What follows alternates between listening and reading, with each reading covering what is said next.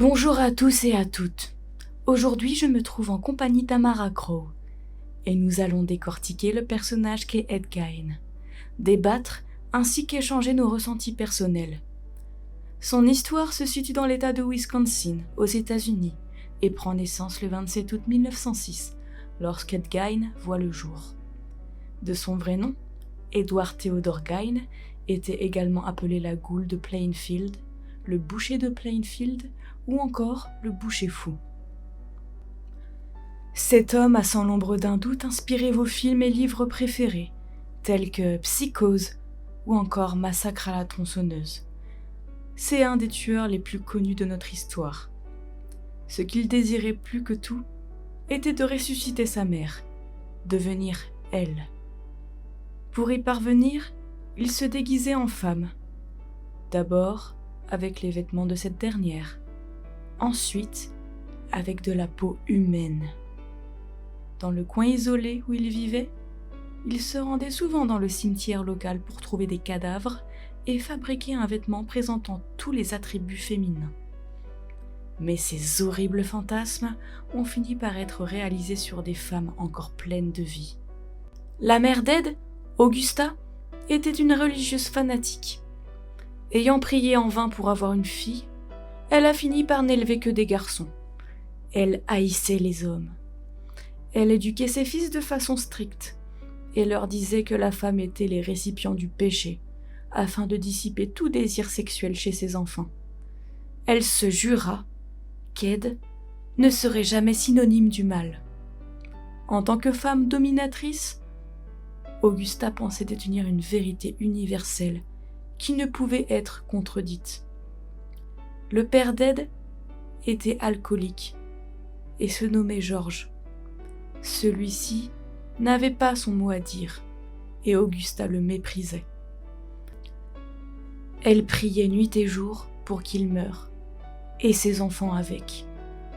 Des années plus tard, sous l'influence de la frustration et l'alcool, George a fini par la battre au quotidien.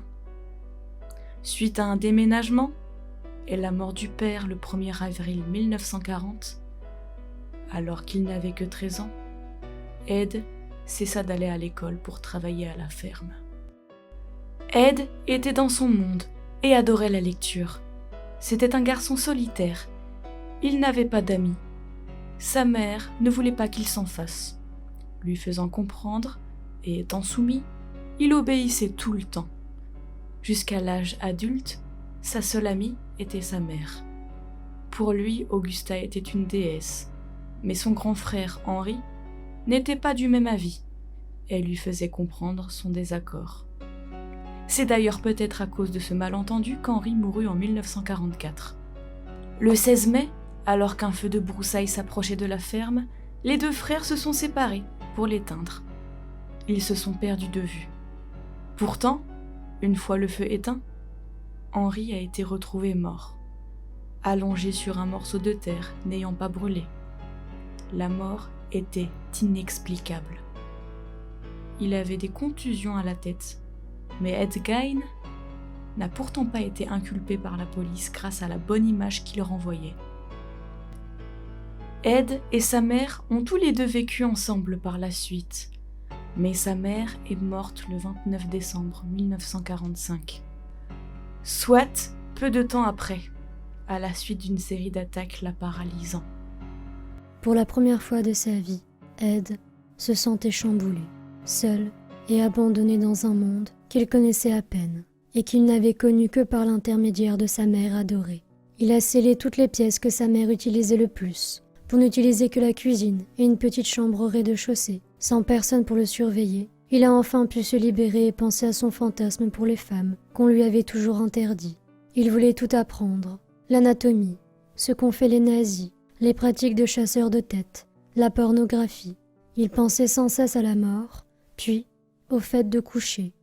Lorsqu'il gardait des enfants afin de gagner de l'argent, il en profitait pour raconter toutes ces histoires sordides aux enfants. Apprenant plus tard la mort d'une femme dans le cimetière d'à côté, il n'a pas hésité à se rendre sur sa tombe le soir même. Il a ainsi déterré le corps de cette pauvre femme et en a exhumé sa soif de sexualité sur le corps fraîchement déterré. Comme il n'aimait pas l'odeur des cadavres, il les dépeçait, tannait leur peau et la portait ensuite, voulant savoir ce que cela faisait d'être une femme. Il avait toute une collection de morceaux qu'il préservait pour ses fantasmes. Ed Gein montrait aux gens les têtes des femmes qu'il exposait chez lui, mais personne ne le prenait au sérieux, en pensant qu'il s'agissait de costumes macabres. Par la suite, des rumeurs se sont ébruitées sur le jeune homme et sur les étranges possessions de ce dernier, mais les gens ne le prenaient pas au sérieux et pensaient à une plaisanterie, alors qu'il affirmait posséder des têtes réduites chez lui. Plusieurs disparitions ont eu lieu en 1947, mais Gein n'était toujours pas suspecté. C'est la disparition de 2 jeunes filles qui ont commencé à mettre la puce à l'oreille de la police. La première, Georgia Weckler. Alors âgée de 8 ans, Georgia disparaît le 1er mai 1947 lorsqu'elle rentre de l'école. Un voisin l'a déposée en voiture chez elle et l'a vue remonter l'allée de sa maison tout en collectant le courrier de la boîte aux lettres. Mais elle n'est jamais rentrée chez elle. Des témoins affirment l'avoir vue être emmenée par un homme âgé d'une 20aine d'années dans une berline Ford noire stationnée devant la maison. La petite n'a jamais été retrouvée, et de nombreux criminels ont été suspectés, dont Ed Gein. La deuxième fille s'appelait Evelyn Grace Hartley. Alors âgée de 15 ans, elle disparaît le 24 octobre 1953. En effet, un soir, la jeune fille est allée faire du babysitting pour un couple sur Ashland Drive. Elle était supposée appeler son père à 20h30, mais ne l'a pas fait. Inquiet, il est immédiatement allé vérifier que tout allait bien pour sa fille. Malheureusement, celui-ci n'a trouvé que du sang et les lunettes cassées de sa fille, ainsi que d'étranges traces d'effraction. Plus tard, la police a retrouvé les vêtements ensanglantés de l'ado, près de la grande route sortant de la crosse. Mais l'adolescente n'a jamais été retrouvée. Par la suite, d'autres disparitions ont eu lieu. En 1954, Mary Hogan, la tenancière d'une taverne, disparut, ainsi que Bernice Warden en 1957, qui était propriétaire d'un magasin à Plainfield. Suite à la déclaration d'un témoin, la police se rend à la ferme de Ed Gein. Ils ont ainsi découvert une horreur sans nom. Ils ont retrouvé des têtes de femmes, un fauteuil en peau humaine, son lit décoré de crânes, une ceinture faite en mamelon, des masques de peau remplis de chiffons, ainsi que des parties de corps humains dans des bocaux. Devant le juge, Ed a mis du temps à avouer ses crimes. Il n'a pas été déclaré coupable pour cause de problèmes mentaux.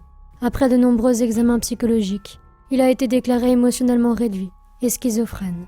Après avoir passé 30 jours en hôpital psychiatrique, il a été impossible de le juger pour meurtre, car jugé psychologiquement irresponsable de ses actes. Il a par la suite été acquitté. Il est mort le 26 juillet 1984, à 78 ans, d'une insuffisance respiratoire à l'hôpital. Il a finalement été enterré aux côtés de sa mère. Je trouve ça à la fois perturbant et triste, quand on analyse le côté fanatique que le jeune avait pour sa mère, méprisante et autoritaire. Le noyau de l'histoire, c'était la relation qu'il a eue avec elle. Le fait qu'il ne connaisse personne d'autre que sa famille, et qu'il ne soit proche que d'Augusta.